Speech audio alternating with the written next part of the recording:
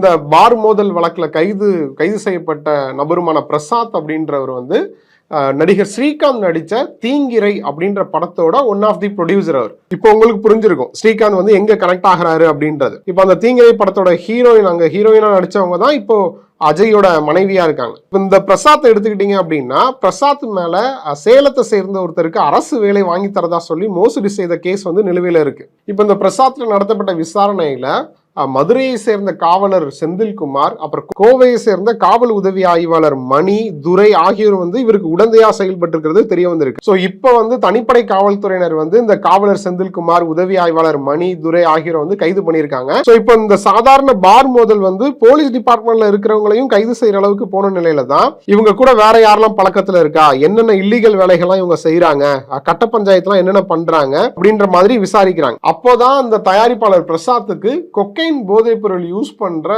பழக்கம் இருக்குது அப்படின்றது தெரிய வந்ததா செய்திகள் வெளியாயிருக்கு.